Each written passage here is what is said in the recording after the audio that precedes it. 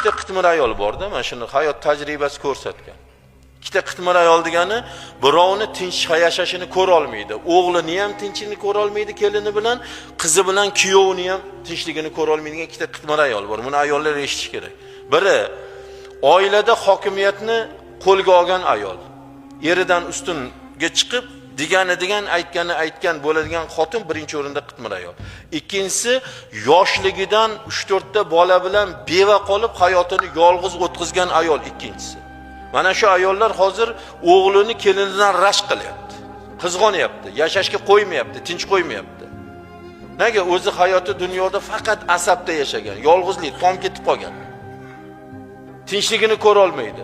O'shaning uchun kelinni haydagan, qizni olib kelgan. Mana qancha oilalar kelyapti o'sha yerga.